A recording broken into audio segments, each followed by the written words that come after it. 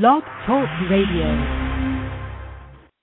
A Harvard University and University of Michigan graduate, Dr. Jonathan Wright is a forerunner in research and application of natural treatments for healthy aging and illness.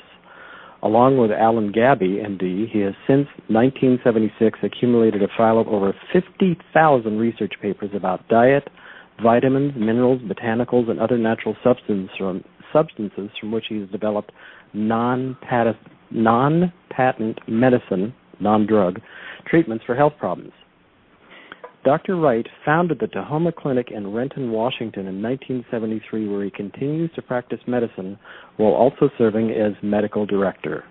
The infamous 1992 FDA Tahoma Clinic raid, the Great B Vitamin Bust, was a major impetus for congressional reform of vitamin mineral regulation.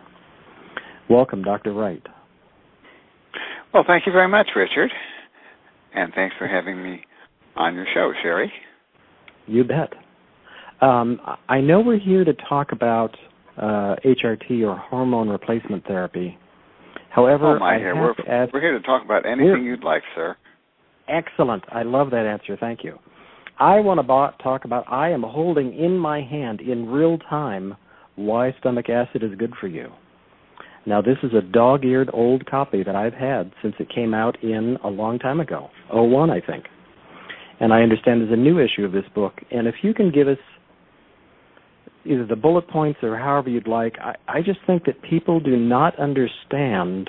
Well, no, let me rephrase that. I know people do not understand how important stomach acid is, how important and how life-changing hydrochloric acid can be to their diet when they have an issue, and how scary it is. I think hydrochloric acid needs a new name, but that's a separate thing. And really talk about the importance, because everything that we talk about from here, you know, even if you're eating the most amazing, organic, flawless, beautiful, hand-picked diet, if you have stomach acid issues, you're already in tricky waters. So please talk to us about that. Okay. Well, that book is just as relevant today as it was then, and research since then has even underlined how important it is having normal digestion, which starts, of course, with chewing and swallowing, but after that, when the food plops into the stomach, it gets bathed with acid and a digestive enzyme called pepsin, whose chief duty is to do the first big job of chewing up all the protein in the diet. And yes, a little bit of it gets chewed up later on, too. But the first and foremost is the acid and pepsin effect. And without that, not only can the protein not be digested properly, but most of the minerals, there's some exceptions, but most of the minerals won't come out and get into an absorbable form as they should. And oddly enough, the same cells that are supposed to make the acid and pepsin are also supposed to make a factor that gloms onto vitamin B12 so it can be absorbed, and without that, that can't get in. And if we take a look at the number of nutrients that might or might not be absorbed properly if our stomachs are low on stomach acid, why, we come up with between 18 and 24 different nutrients depending on elements. And hey, there's only 55 essential ones. So if we're low in up to that many, and I didn't say everybody's low in all if they've got low stomach acid, but it's usually a good section of them. Anyway, if we're low on that many, we're not going to stay as healthy as we could. Now, that's the reason it's so important. And hey, why did creation and nature make our stomachs capable of putting out such strong acid that if we were to put our fingers in there and could stand the pain for an hour, why, we would pull out nothing but bone. That's how strong that acid and pepsin are. Why would nature do that? It's got to have a purpose. Well, you just heard about the purpose. But the other thing is that we have been absolutely and totally bamboozled by patent medicine companies. And yes, folks, patent medicine companies do exist. They're not out of the 19th century. Just think about it. When a doctor writes a prescription, is there a patent on the molecule that the prescription is for? Of course there is, unless the patent ran out. So it's either patented or formally patented. That's the law. You cannot patent something if it's found in nature. And so it's not natural. what you're getting is an unnatural molecule that blocks your stomach acid or buffers the stomach acid. And while it may make the pain go away, oh my goodness, it interferes with digestion even worse. There are a lot of studies showing that people who use those things continuously are more likely to get pneumonia or osteoporosis, or even in some cases early dementia, because all those nutrients aren't getting in. So why did we get bamboozled that way? Well, gee, if someone had told us that heartburn usually has more to do with low acidity than too much acidity, could anybody make any money on having us take hydrochloric acid pills or liquid? No, stuff's not patentable. So they couldn't. They had to make up something that would block it. Now, I'm not just talking in the air. There's a wonderful study from the Mayo Clinic, 1932, a Dr. Van Zandt. She reported on some 3,400 folks, I think that was the number, at various times of life, between 20s all the way to 70s.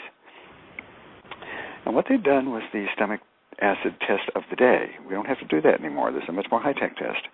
But the day was, you check the stomach directly for acidity. Pump the stomach out, that kind of stuff. And what she found was that there was an increasing percentage of folks at every decade of life had lower and lower and lower stomach acid.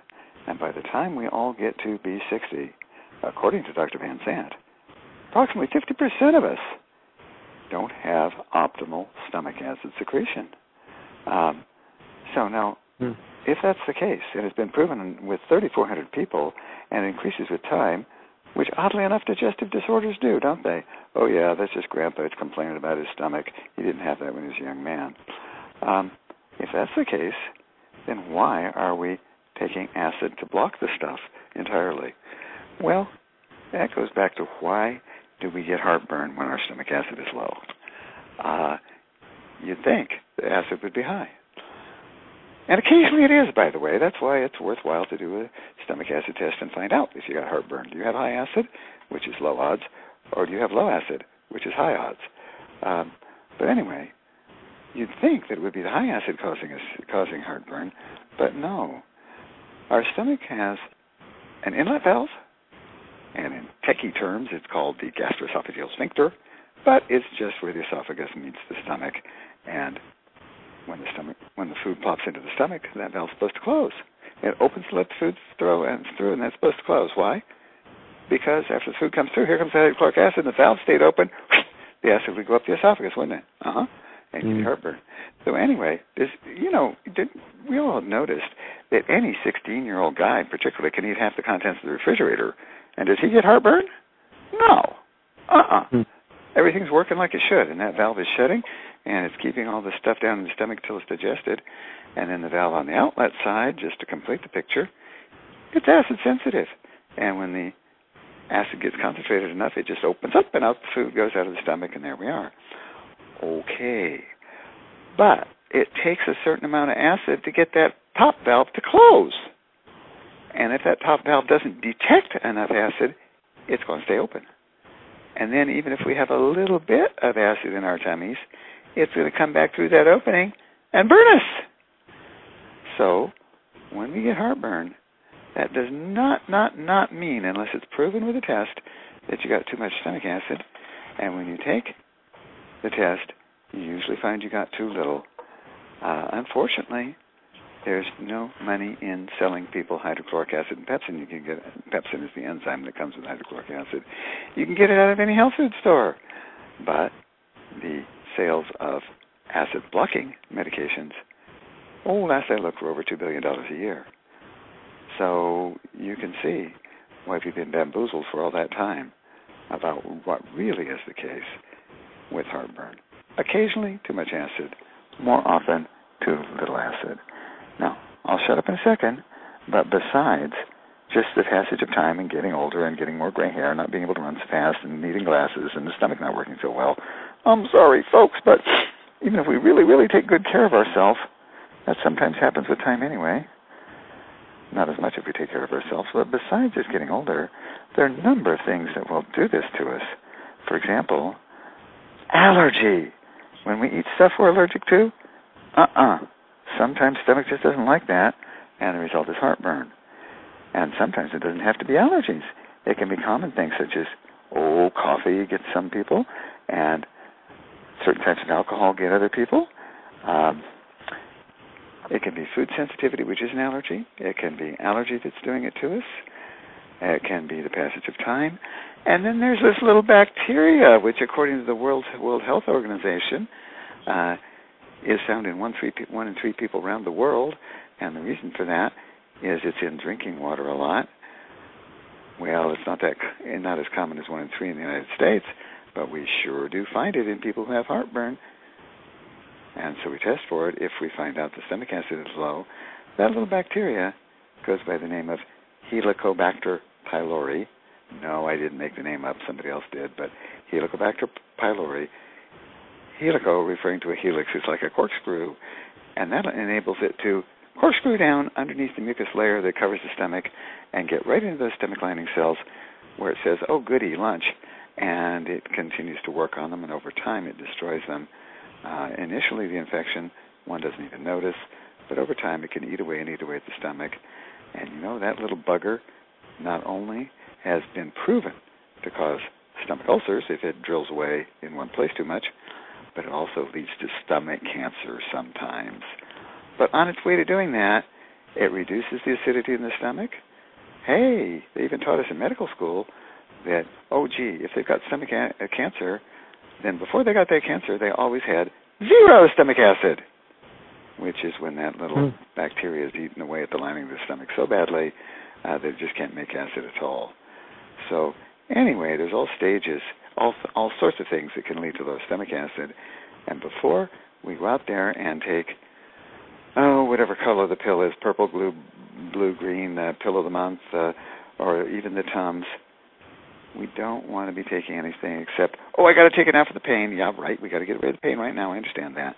But we don't want to be doing it over any prolonged period of time, because all we're doing is ratcheting down on our digestive capability and literally giving ourselves partial malnutrition, and who needs that? Wow. So is there a function to, as we get older, is it a function of getting older that our digestive systems produce less hydrochloric acid, or is it the accumulation of stress, bad diet, and allergens that creates that? Or is that when we get older, there's an accumulation of all of those things, and that leads us to having chronic lower HCl, stomach acid? I'm more inclined toward accumulation of everything, because I've also seen severely stressed 17-year-olds with no stomach acid. And then, when the stress goes away, they slowly recover. However, there's some stomachs that get so badly damaged by an allergen that they never do recover. So it sort of varies, but I'd say for most people it's that accumulation. And maybe this little Helicobacter, too. I've run into families where every member of the family had Helicobacter. Wow. And that can be gotten through drinking water? Yes, or is sir. that someplace else? Oh, directly from drinking water. Okay. Directly from drinking water, and I don't know if it passes from person to person, but I'm guessing now that it can. How come I'm guessing? Because there's a condition known as nasal polyps, where people have these little polyps grow in their nose, and nobody knew what it was until some researchers, oddly enough, over in Poland, and they've repeated it several times, and so have some other researchers, so I believe it. They found that those little polyps in the nose are caused by Helicobacter, and nobody drinks with their nose. So Japanese researchers have found Helicobacter in coronary artery plaque, so that little bugger gets around. And has Helicobacter always been around, or did it sort of like kind of appear on the scene and start happening? Do you know that part? No, as far as anyone knows, it's been around. Ulcers have been reported for hundreds of years, and they were probably, even though the stomachs don't last after we die, only the bones do, they probably, from the description of symptoms, came from Helicobacter. Yeah, it's been around a long, long time. Wow. But, you see, it was only proven that it caused ulcers in the 1980s by one brave Australian researcher who had his stomach looked at very thoroughly And then he bravely swallowed water infested with Helicobacter and gave himself a stomach ulcer, and that sort of proved it to everybody. But before that, everybody was saying that ulcers are caused by stress, too. They're not. They're caused by Helicobacter. Wow. And back to our drinking water, can we do something? Does that mean we want to be drinking distilled water, not distilled water, but reverse osmosis or highly filtered, or is there something we want to do in terms of prophylactic prevention? In most places in these United States, there is no Helicobacter in the water. Most people pick it up by traveling in overseas areas and so-called third world countries, although I'm starting to wonder about whether we've got a first world one here anymore. Yeah. Wow. I knew about helico, but I didn't know that correlation, especially the nasal polyps. I have to, right after the show, call a couple people and say, those nasal polyps, you want to have this checked, because I didn't know the relationship with polyps. Yeah, what they did was they took out the polyps and checked for bacterial DNA, and darn if they didn't find the DNA of Helicobacter right in them. And that kind of explains why you can have them taken out and they come right back again, because you cannot surgically remove the bacteria, can you? Yeah, it's in there. And what is the treatment for helico? Well, if it's in the tummy, there are so-called triple antibiotics that will get rid of it, 3 different antibiotics taken at once. I don't subscribe to that much unless it's a last resort, because it also really messes with one's other normal intestinal bacteria. And as everybody knows by now, we've all heard the word probiotics. We don't want to be messing with the intestinal bacteria, because that can lead to its own problems. So there's some other things that will get rid of it. Now, how well they get rid of them is less than the triple antibiotics, so people usually have to combine several things. But it turns out that mastic, which is a gum resin, it's actually used in dentistry, but there was an island in Greece called Kos, C-O-S, and when, I'm not sure who it was, but some physicians of Arab descent living in London decided to read some old Arab medical texts. They found that people were referred from all over the Middle East to the island of Kos if they had stomach trouble. And so these researchers decided to go to the island there and see what it was that might be helping. And they got lucky and were able to track it down to the fact that this mastic, which came from some of the trees there, it was a tree resin and was used widely in the cooking, actually kills Helicobacter. And it's in all the cooking there, or at least most of the cooking. So they were able to show that mastic kills Helicobacter. There's other research showing that rhubarb concentrate kills Helicobacter. There's more research showing that vitamin C kills Helicobacter. And guess what? That stuff that's been on the market forever, bismuth and Pepto-Bismol, and no, I'm not promoting Pepto-Bismols, but bismuth kills Helicobacter too. Wow, Pepto-Bismol, really? I'm not promoting Pepto-Bismol either, but I'm shocked. Wow. Yeah, and that's been on the market forever for, guess what, digestive complaints, huh? Wow. And do we think that it's even possible that way back when Pepto-Bismol was invented, I have no idea when it was, but it seems like it was, in that Coca-Cola sort of time zone, well, that they had any thought about that? Oh, wow. 1918 is when the name was put on it. It previously was Dr. So-and-so's bismuth compound, and I don't think anybody knew about the Helicobacter at that time. They just knew that bismuth compounds, one or more doctors had come up with the observation that compounds with bismuth would relieve digestive complaints, and so that's why they named it the way they did. But it's only been since then that it's been found that, bismuth, which is an essential element, by the way, bismuth actually kills Helicobacter. Now, none of these natural things kill Helicobacter as efficiently as do the triple antibiotics, but that's kind of saying like, that campfire isn't as good as a forest fire. And, excuse me, but we don't necessarily want a forest fire to start with. We want to try to put it out with something gentler that doesn't mess with the other intestinal bacteria so much. And also, does having healthy gut, like if you do support it with not only having, obviously, good stomach acid levels, but also things that are good for the stomach in terms of how your diet is and reduce that. So you're reducing the load or the stress on the digestive system, and then good probiotics, and then maybe one of these is an adjunct, either the mastic or the rhubarb concentrate or the vitamin C. Can that all take it in the right direction to knock out the hilio? Well, remember the shape of that little bacteria fella? It's a corkscrew. And it can corkscrew right through there's literally a mucus layer that overlies the stomach lining, and it can corkscrew its way right through there. Unfortunately, other bacteria, such as probiotics, cannot. They can't get through that mucus layer.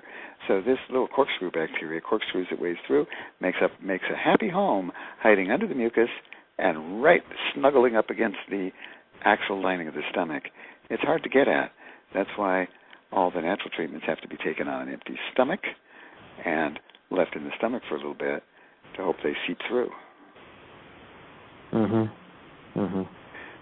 So I think that has a little to do with what you said, but not as much as it would with other circumstances, just because of the unique shape of this bacteria and how it works.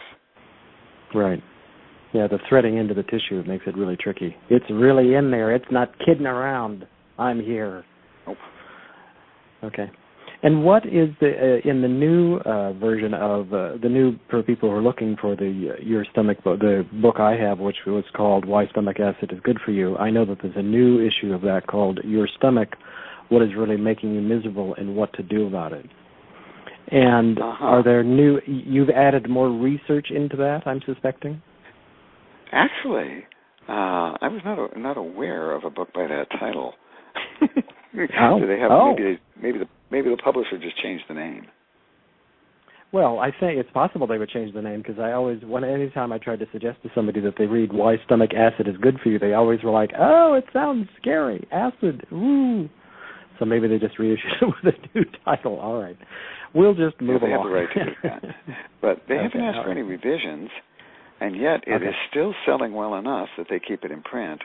So what I'm thinking is, the only updates that I would put in, and were I to put any in, would be the increasing pile of research showing that acid-blocking patent medicines are really bad for the health in the long run.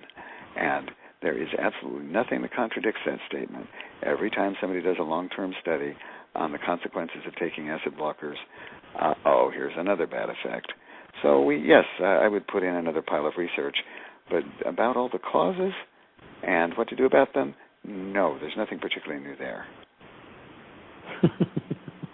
I'm not laughing at you. I'm laughing at no, that really, it's the same old, bad diet, and here we are. We've got, low stomach acid. Well, that's great. Now, so now I want to switch gears slightly and talk to you about HRT, or hormone replacement therapy. And now we're talking about your book, Stay Young and Sexy with Bioidentical Hormones. And I want to jump right in to your delivery system so we get the shock out of the way, and then you can talk about all the benefits, because I think hormone replacement therapy is so positive. But I know that this is a really great phrase. I think this is I saw this in writing or heard you say this someplace about you follow nature's lead, or what I would call nature's path, about how you deliver hormone replacement therapy. Oh, you betcha. Can you talk about that? Sure. And just before I do, got to give credit to Dr. Lane Leonard. He's a PhD doctor, a science writer, who is the co-author on the stomach acid book and on the hormone book with me. And I really appreciate his capabilities in research and writing, too. He's a PhD doctor. I happen to be an MD doctor, but hey, we can get along. And we did. Okay, about that delivery system. Well, let's see. Not too many years ago, and oddly enough, still being done in some places, people were told if they were going to replace hormones, well, here's this pill, swallow it. Okay, where does that pill go? It goes down to the stomach, and then it goes to the intestines. And what do you mean, where's it go? Keep going, please. The intestines take it up. Yeah, where do the intestines take it to? I'm not sure. Well, in medical school, they tell us that all the blood and lymph drainage from the intestines all the blood drainage, anyway, it all goes to the liver. Okay? Now, let's stop there for a moment and go back to where hormones usually come from and where they go to. Let's say we happen to be a lady.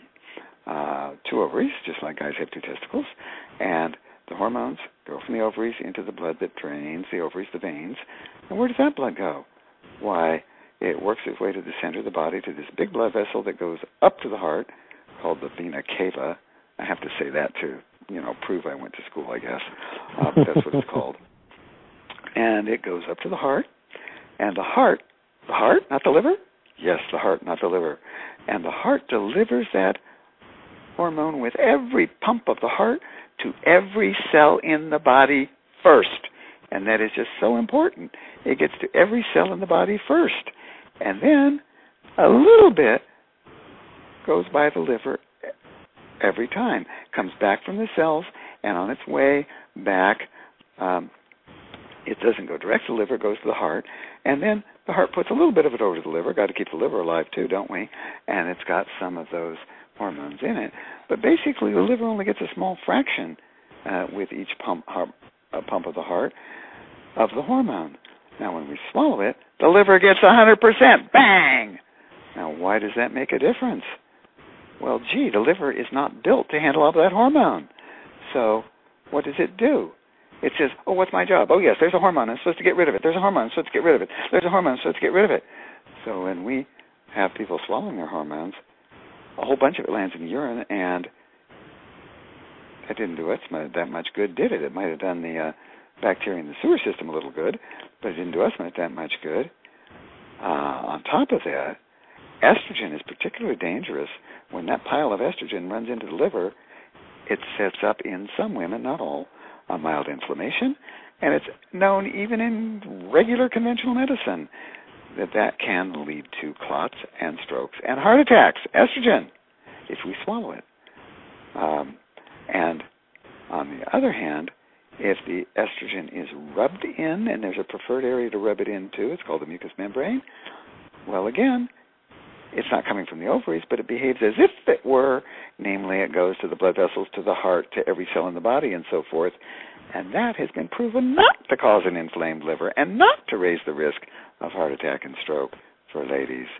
Now, for guys, if they swallow testosterone, it too goes to the liver.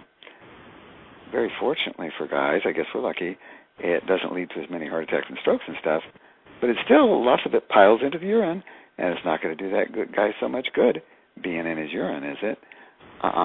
So these hormones need to follow the path that nature intended them to get them to every cell in the body before a little bit is wasted away by the liver.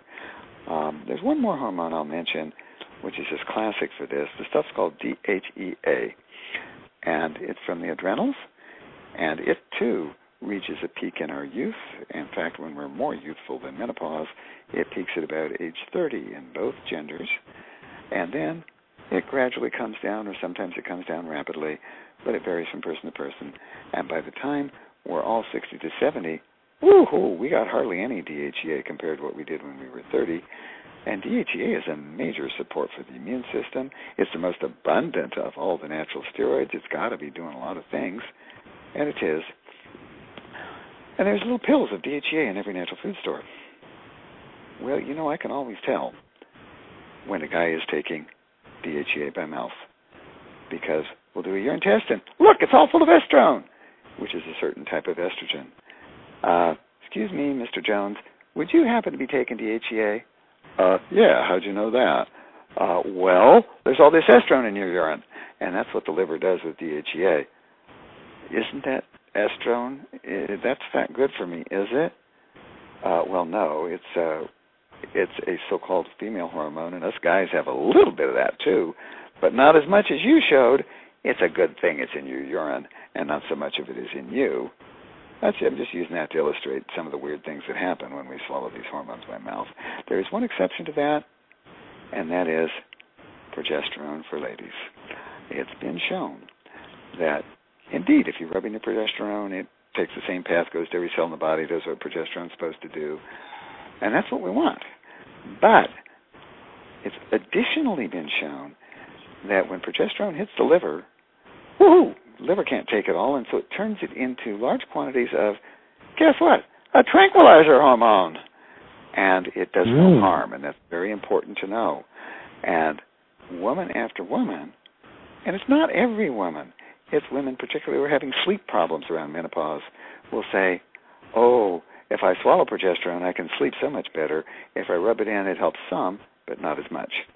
So that's true, and since it's been thoroughly proven that that particular metabolite made in the liver doesn't hurt anything, and it's a tranquilizing hormone, and it helps ladies to sleep, fine.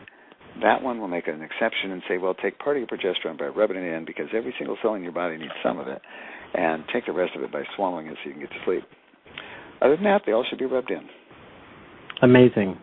Tell us more about why hormone replacement therapy. I mean, besides the obvious, we hear a lot about perimenopausal or menopausal women and you know, that kind of hormone issues. We don't hear a lot about men and andropause and hormone replacement therapy for men. So if I might have you, if you can, go that direction, talking about men and the benefits men receive from hormone replacement. Okay, well, they just happen to be parallel to the ones for ladies in most respects anyway. But before we do that, as you say, let me finish off just on the so-called delivery system, which just means how does the hormone get into the body. And that is that even though it's supposed to be rubbed in, where it's rubbed in is important too. Now, I seem to have been the first to put together a comprehensive bioidentical pattern of bioidentical hormones for therapy in the early 1980s. But that's only the first here in these United States. There's documentation, just really good documentation, that hormone replacement therapy was actually done first in China in the 11th century. I'm not kidding you. And I could refer you to the book and read the 35 pages about it, too. So they were way ahead of us. But that kind of tapered out for reasons nobody understands in the 19th century.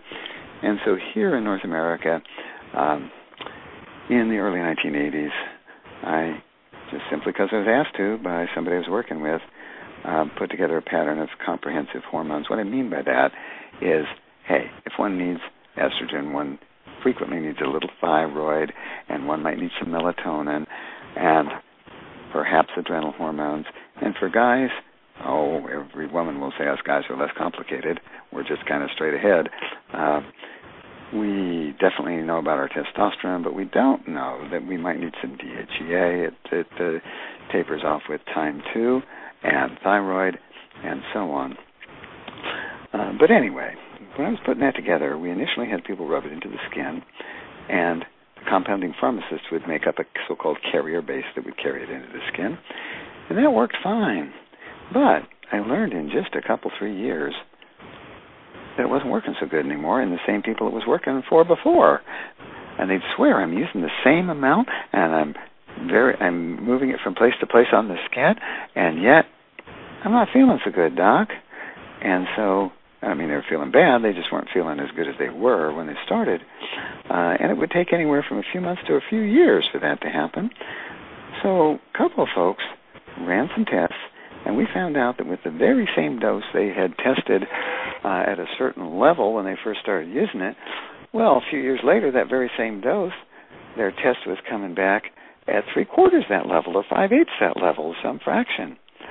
So that went on long enough, and we increased the doses, and it worked better for a while, and then it started tapering off again. And I don't know where I got the bright idea, one of those things that just occurred. I asked one of the ladies to rub it into what's called a mucous membrane. Now, mucous membrane is like lip. We can all feel the lip, and it feels different than the outside of the cheek, doesn't it? Sure. And if you look at it, it looks more red. You can, without lipstick too. It looks more red. You can see the underlying tissue. There's no fat cells on top. Okay. And the skin, there's always some fat and fibrous tissue skin underneath, and you can't see the red underneath like you can with lip. Okay. Well, mucous membrane is like lip, but nobody's going to rub it into their lips. But I thought mucous membranes might absorb better. So anyway, this lady did a real careful test like an engineer. First she rubs it into the skin, does a test, sees where she's at, waits a few days, rubs it into the mucous membrane. Where's that? Well, for ladies, it's the vaginal area or inside the inner labia. And by the way, if one works with the appropriate compounding pharmacist, the dose can be made up in such a small volume that it does not make any mess on one's underpants. That's kind of important. If we're working with a pharmacist that puts it in a big glob, it is going to take a mess. Okay, so she rubbed it into the mucous membrane area, and she did another test, and doggone, it was right back up to where it was the first time she ran a test after her first treatment, where she used skin. So I started asking other people to do that, people who had to increase the dose because it wasn't working so well, and they'd switch to mucous membrane, and bingo, they could go back to the original dose, and it would work again. Now for guys, us guys have a very limited amount of mucous membrane in the pelvic area. Where is it? Well, if we were 3 years old with a mirror and bent over, we could see that around the anal area there is about a half an inch to an inch where, oh yeah, you can see kind of like lip skin there. Now, I know this is not a really good analogy, but what can I tell you? There's mucous membrane outside, not inside, outside, for a stretch of about half an inch, 3/4 of an inch. It's also the place where we would grow hemorrhoids if we're growing to. So with guys, I'm sorry, guys. You could try rubbing it into skin, but if it quits working, you're going to have to move it. So you may as well move it there to start with. And what do you know? It works for guys, and guys don't have to use a big glob either, and it doesn't get on their underpants. And that keeps on working, and it keeps on working well. There's 2 exceptions to that. They're minor, but some people develop an incompatibility with the carrier base, no kidding, and we have to switch the carrier base, and then it gets in better. And other people, and this is unusual, but other people, they actually become incompatible with the hormone itself, and there all we can do is desensitize them. But those are kind of technicalities that you only need if you're working with this with lots of people. The main thing for most folks is if it's rubbed into a mucous membrane, it's reliably absorbed for as long as you want to use it. Okay, getting on to then hormones, let's say more for men. You pretty obviously don't live in the Seattle area where radio has commercials for Revive Testosterone Clinic and Forever Male Clinic and all that kind of clinic. They're really hot and heavy up here on the radio.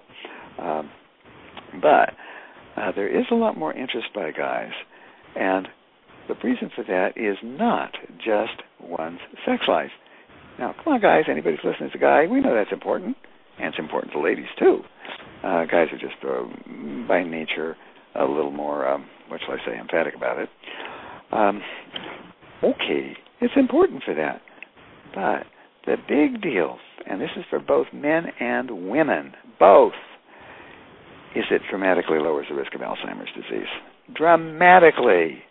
Now, in the conventional circles, they're still saying they're still proving that. And more articles are coming out that are proving that. One very recently, oh yeah, that part of a woman's brain deteriorates less rapidly if she's on hormones than if she isn't. Oh, okay, and that's only a year ago. But the basic science was done back around the turn of the last century, and I don't mean 1800 to 1900, I mean the 1900s to 2000s, by some scientists from Rockefeller University who took male neurons and female neurons. Oh, where'd they get them? Well, from people who died of non-neurologic causes. In other words, there was nothing the matter with their brains. They didn't have Alzheimer's. Maybe they're in a traffic accident. That's maybe. But they died of something else other than brain problems. And they got those neurons and put them in culture dishes and kept them alive. And one can do that with cells for quite a long time. And what they did was to observe the accumulation of the bad stuff that accumulates in Alzheimer's disease.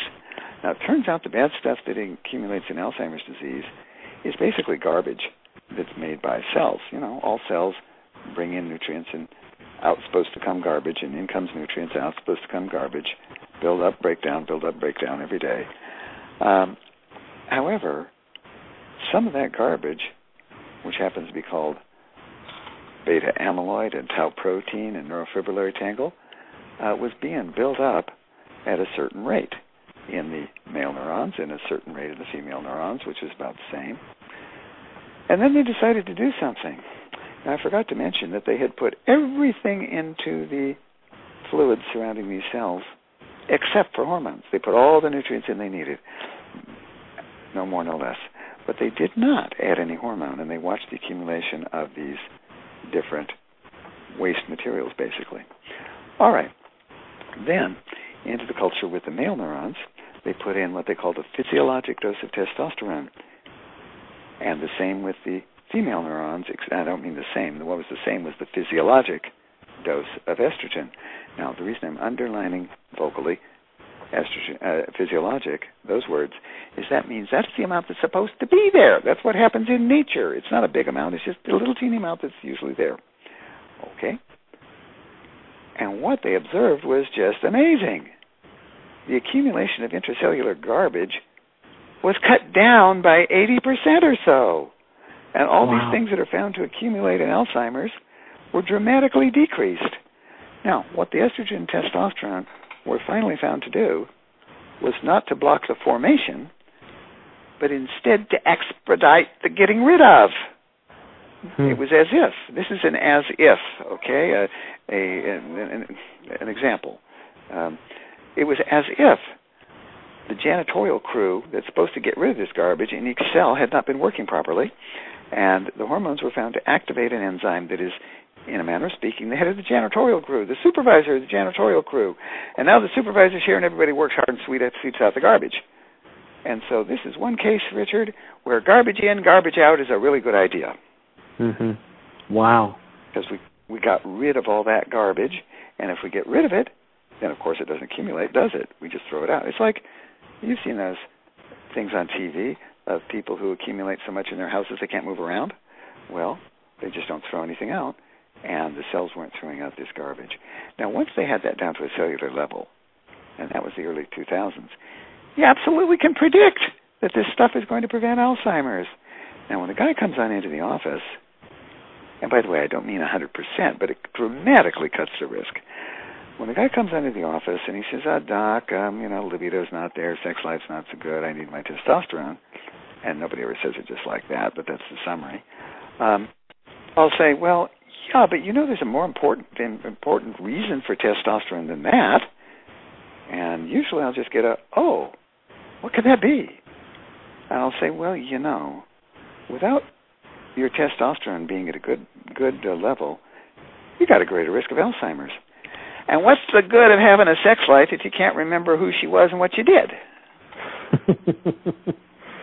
Wow. Yeah. So Alzheimer's is the biggie. We've been told by various authorities, if you can call them that if a person lives to be 65 and they're perfectly healthy, they still got, I'm not kidding you, Richard, this is government statistics, if we can believe them, and I'm more skeptical about those every day this Obama tax thing goes by. But anyway, the government statistics say, let's see, if you're 65 and you're healthy, you got a 45% chance of having Alzheimer's when you're 85. Oh my God, 45%? Wow. That's ridiculous. Now, hormones, gender-specific hormones, cut the risk of Alzheimer's dramatically. They do some other things too. They cut the risk of cardiovascular disease. These recent studies saying that testosterone caused men to have cardiovascular disease were absolutely full of holes. And if you'd like me to explain a few of those holes later, I'll be glad to. But the older stuff, which was better done, shows that indeed testosterone cuts the risk of cardiovascular disease for guys. Hey, that's in the book by the Harvard professor, Abraham Morgan-Taylor, who very fortunately has caused our local urologist to shut up about how dangerous testosterone is, because he's a professor from Harvard. Okay, he's on our side for a change. All right, so it cuts the risk of atherosclerotic disease. It cuts the risk of osteoporosis. Now, about this point, somebody puts up their hand and says, I thought you were talking about following nature. Well, yeah. Isn't it natural for hormones to decline? What are you doing replacing them? And my answer to that is, when Dr. Alzheimer's described Alzheimer's disease, it was so weird that he had to put his name on it and describe it to a whole lot of people before they believe him. And even then, in the 19th century, there was very little of it. And there was no epidemic of cardiovascular disease in the 18th century. That didn't get started till the early 1900s. And the only people who have had osteoporosis to any degree, well, Eskimo people did, just because of the skewed diet, very, very far north and very few fruits and vegetables. But osteoporosis was also rare. It did happen, but it was rare. And now we've got cardiovascular disease, which fortunately is settling down somewhat, but it's all over the place still. We've got this 45% risk of Alzheimer's when we're 65. Oy, oy, oy. So it's a cost-benefit thing. Do we want to run that risk, or we don't want to do something to prevent it, which, by the way, can be done safely if the doctor who's working with you on bioidentical hormones actually knows what he or she is doing, which these recent researchers did not. I couldn't believe what they did in those research papers. But that's why we should be thinking about it. It's a natural response to an unnatural environment. There is so much pollution and pesticides and herbicides and heavy metal, lead from the gasoline when many of us were growing up, cadmium, mercury, the stuff's blowing around around the planet. National Geographic tells us that there is lead and cadmium in penguin fat. And excuse me, there's no lead mines in Antarctica. It's just blowing around the planet. And just as another trivial pursuit fact here, men in the 1950s did not have their testosterone decline noticeably until they were over 60 years of age.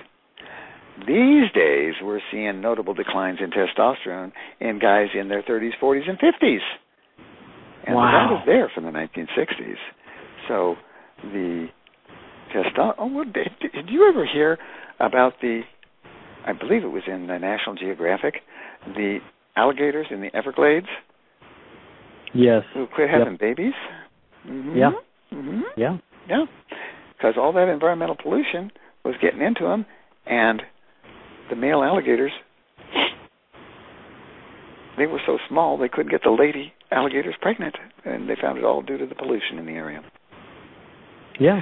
There were some spooky studies also done, in the Everglades with frogs that were having similar issues because they are in water. They're in the stuff that's highly polluted all the time, and they're growing like extra limbs and not able to be produced, and their hormones are sideways. And Afraid so.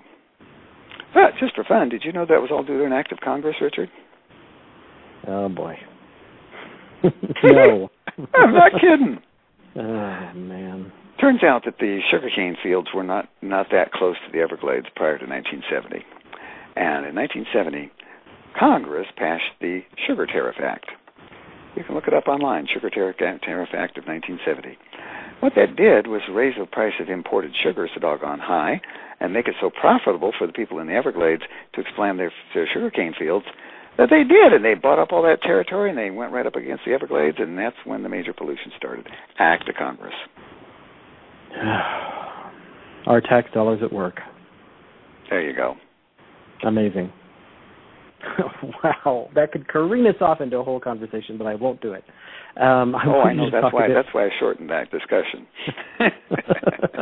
Thank you. Actually, I'd heard you talk about that Sugar Tariff Act, and I think that's such a powerful thing when we went from sugar to the dreaded fructose. That's, in my opinion, the dreaded fructose. It's like that's such a downhill bad slope of badness. I know you can say that much more articulately, but that's really like bad. I guess you have to talk about that a little. So there we are. Things were bad enough with just all the refined sugar cane in things. Dr. John Yudkin proved that to us. He was from the UK. But when it got replaced by fructose, because sucrose got so expensive because of the Sugar Tariff Act, fructose is much worse than sucrose ever thought of being, and it just, among other things, exploded the progression of diabetes in our country. I have no place to go. It just causes my hair to go out straight and stuff to shoot out my ears. It's just bad. So actually, we can say that part of that explosion in diabetes is due to the sugar tariff too. But we better get back to hormones and let me go over to the ladies' side of things for just a moment. Please. One of the things that we're told is that, oh my God, hormones might cause cancer. Well, think about that, folks. Come on. What age are we at when we have a higher risk of cancer? That is, particularly estrogen-related cancer, breast cancer, postmenopause or premenopause? Probably postmenopause. Yeah. And what age are we at when we get prostate cancer? 23, when our testosterone is the highest? No, it's more like in our 50s, 60s, and 70s, isn't it? Even so, when we replace hormones, we don't look to replace them with the average 23-year-old's levels. No, we don't.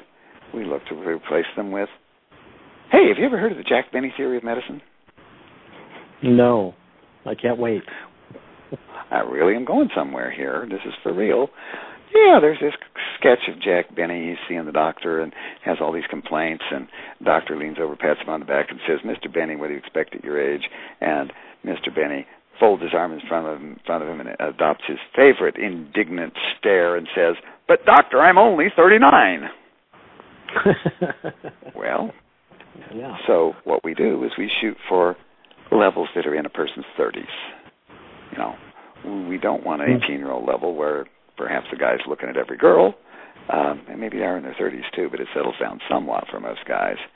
And yet, the levels that are in a person's 30s, whether male or female, are not harmful to that 30-year-old. Yes, the occasional woman gets breast cancer in her 30s, but that's the point of following up on hormone replacement for both ladies and men with tests which tell you how the hormones are metabolizing. Are they being made into anti-carcinogens or pro-carcinogens? And for anybody who wants to know what our bodies are doing making pro-carcinogens, and isn't it all just environmental pollution? No, it's not. Nature has this balance. There's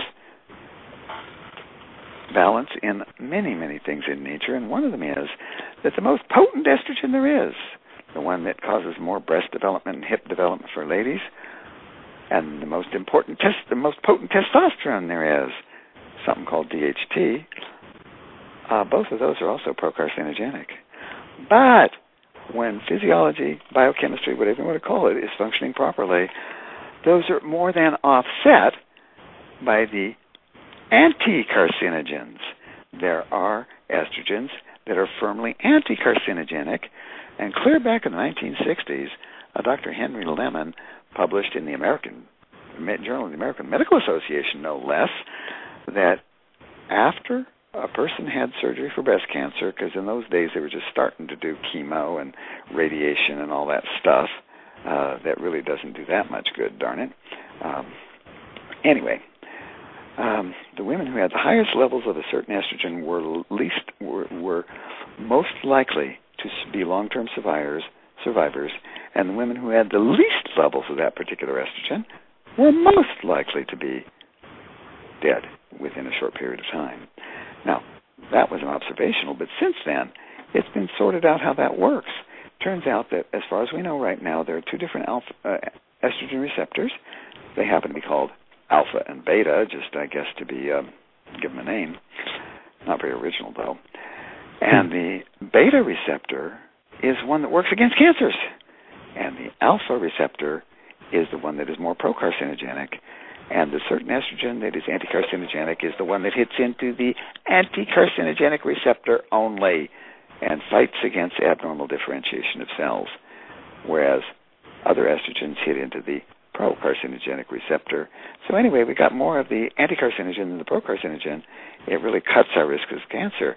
Now, it doesn't say we won't get it at all, because some little pollutant molecule could get in there and cause you to have cancer. But insofar as the estrogens themselves, the anticarcinogenic one cuts the risk. There's another ratio between two other good and bad estrogens that needs to be looked at. And for guys, well, you wouldn't think... It would be silly to think that nature would leave this mechanism out of guys, and it's entirely true. There are anti- and pro-carcinogenic testosterones, and the anti-carcinogenic testosterone is sufficiently potent that in experimental animal tests, experimental animals with prostate cancer have had their prostate cancer regress by being given only the anti-carcinogenic testosterone. Wasn't nature smart? So we can do tests for the pro and anti-carcinogenic metabolites for both men and women. And then men have one other hazard that they have to look out for. And here I'm going to talk about this hazard. And I'm also going to talk about a big bad flaw in these studies that said, oh, testosterone is bad for older guys. And that is, in both sexes, nature is very conservative, and both sexes will take, to start with, of all things, cholesterol, and turn it into pregnenolone, which will turn into progesterone, and further down the track is testosterone, and then testosterone is turned into estrogen, and that's in both genders. But obviously nature has us do more of certain ones in women and more of certain other ones in men. Okay, but guys have some estrogen too, and guys take their testosterone and turn a little bit of it into estrogen. And women take most of their testosterone and turn it into estrogen. And that's the way nature is. So ladies have more estrogen, us guys have more testosterone. We're quite slow to metabolize into estrogen. Ask any lady, she'll tell you the guys are slower. Okay.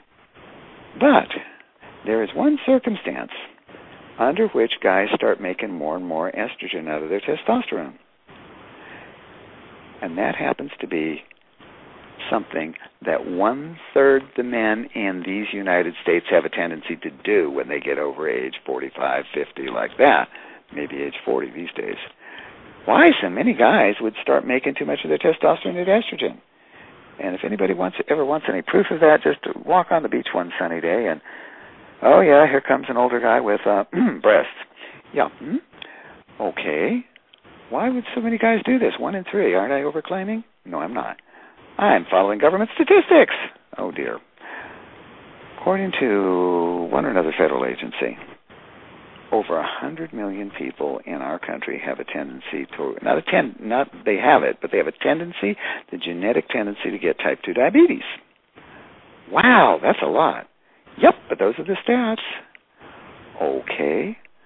Well, that genetic tendency to make type 2 diabetes is something that is simmering for all of our lives. If we have a genetic tendency, we have a genetic tendency from when we're born. But it just goes simmer. And if we are following the wrong diet, eating too much sugar, too much carb, particularly, that will aggravate that tendency. And ultimately, it will end up in type 2 diabetes, even if we happen to be 45 or 50 by the time it gets us there. But on the road to the type 2 diabetes, the basic underlying disruption for the whole thing is the people who have that tendency to type 2 diabetes make much more insulin than people who don't have a tendency to type 2 diabetes when they eat sugar and carb. They just make much more insulin. And that's just a fact. One can look it up in the textbooks. It's called hyperinsulinemia, by the way. Okay, that extra insulin doesn't cause any trouble if it's just there for a little while. But if it's there all the time, the body develops this thing called insulin resistance. Imagine, Richard, that you're a kid and your mom's yelling, or your dad would be more likely, is yelling at you all the time. After a while, you tune out. Well, if your body is yelling out too much insulin, after a while, the insulin receptors sort of tune out. So then Dad yells louder, and for a while you pay attention, and then you tune out again. And that's what the insulin and the insulin receptors play that game too. More insulin, more tuning out. Even more insulin, more tuning out. Even more insulin, more tuning out. And that goes on literally for decades. And by the way, during that time, it can be detected very easily by measuring that insulin signal. And you can find out if you're on the road to type 2 diabetes and stop it before you ever get it. But that's another topic. I do a lot of talks on how to detect type 2 diabetes years before you get it and then make it go away before you ever get it. Anyway, that high insulin signal, where I'm going with that, activates the enzyme that turns testosterone into estrogen. That's the key. Wow. And while we're at it, that high insulin signal activates the enzyme that gets our livers to make too much cholesterol. And while we're at it, that high insulin signal gets our kidneys to make our blood pressure go up. And so this thing we hear about, which is called metabolic syndrome, high blood pressure, high cholesterol, and ultimately type 2 diabetes, that's all due to one thing. It's due to a high insulin signal. But that high insulin signal, to get back to hormones, makes guys make too much of their testosterone into estrogen. And so getting to an entirely what shall I call it, silly omission from all of these studies which say that, oh, the testosterone is going to kill the guys. They didn't check one of them to see if any of them were turning testosterone into too much estrogen. They didn't check. And 1 in 3 of them is doing that. Now, too much estrogen is not good for guys. It isn't. And too much isn't good for ladies either, but at least it's not as hard on them. It's particularly not good for the prostate gland, but it's not good for guys. And none of these guys in any of those studies were checked to see if they were making too much estrogen. We check that all the time. What I mean by we is the doctors at Tahoma Clinic, which again is where bioidentical hormones got started, which is why we're on top of the testing and the ways of doing it as safely as possible. So anyway, it's that high insulin signal. And the other thing that's common to this metabolic syndrome is what's called politely central obesity, which means you got a big tummy, basically. And the high insulin signal leads to that too. So I'd say at least once every other week, in comes a guy, and he's got a prescription for one of those patent statin medications that cuts down the cholesterol, and another prescription for cutting down his blood pressure. And I'm asking, did anybody tell you that your problem was not due to a deficiency of patent medications? Your problem is due to a high insulin signal. Oh, wow. What do I do about that? Yeah. Wow. What do I do about that? Well, there's this thing out there called the paleo diet, and there's something called interval training for exercise, and there are certain vitamins and minerals, and there's one very important botanical that knocks down the insulin signal safely just by helping to re-regulate the way things work in a safe fashion. And you can do that, and by the way, your cholesterol will come down, and you won't need that statin anymore, and your blood pressure will come down, and you won't need that medication anymore. Oh, yes, and you'll quit turning your testosterone into too much estrogen, which is why your testosterone is going low, too. And by the way, if I give you a testosterone prescription right now, with you having a high insulin signal, you know what's going to happen? You're not going to notice that much. You might have a rush for a few days, but then the body's going to say, I got to metabolize all that testosterone and estrogen. That's what I hear is a rush for a few days, and then it goes away. Well, very fortunately, there are botanical medicines that have been used in mostly China and India for absolutely centuries to help guys with their testosterone.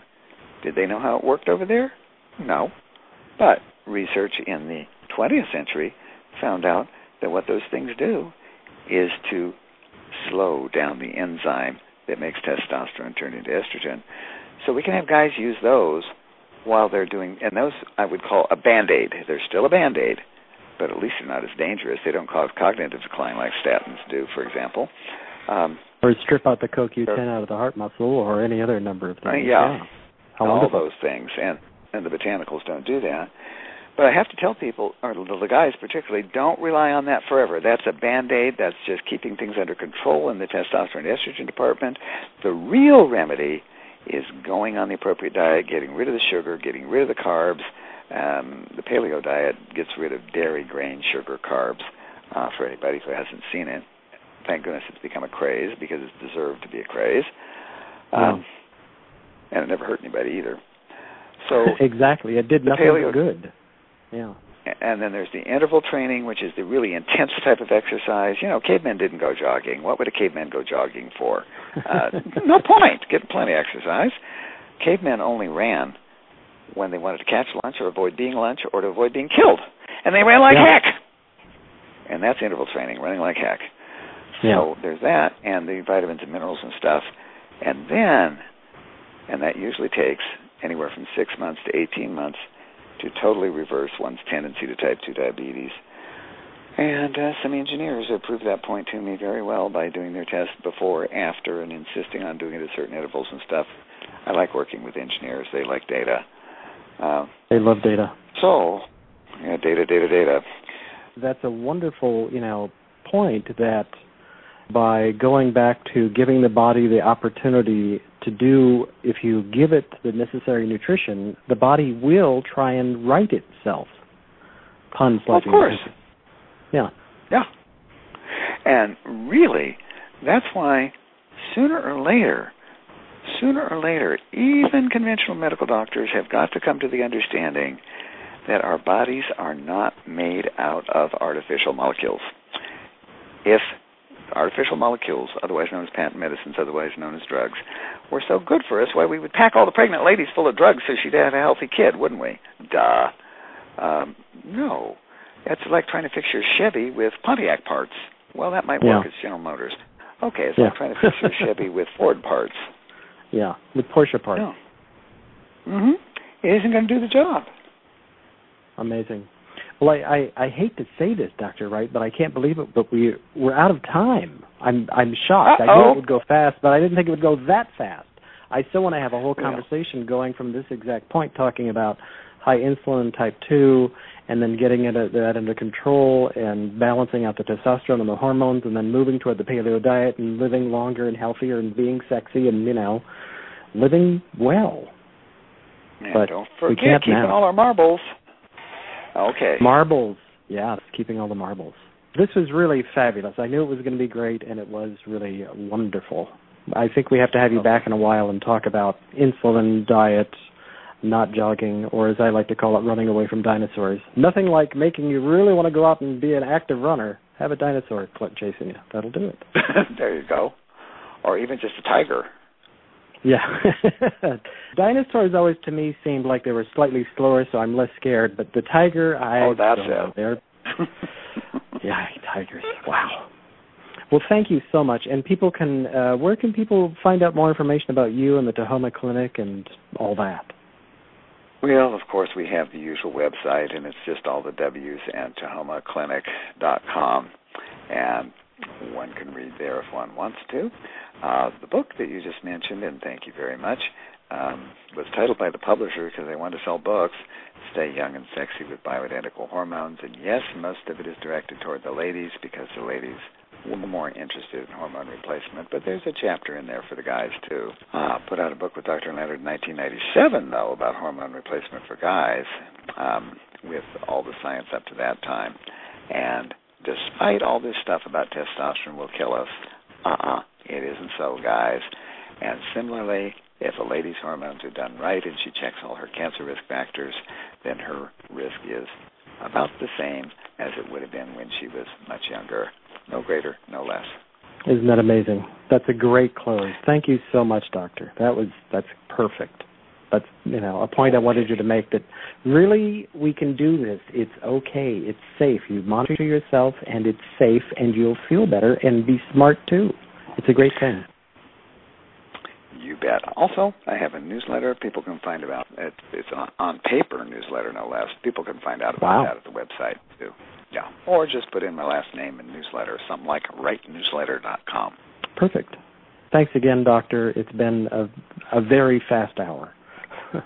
Well, thanks to you and Sherry for putting this out so that people can find out more stuff about their health. You bet. It's all about we can be healthy. I mean, we actually can be healthy. It's amazing. Betcha. Thank you so much. Have a great weekend.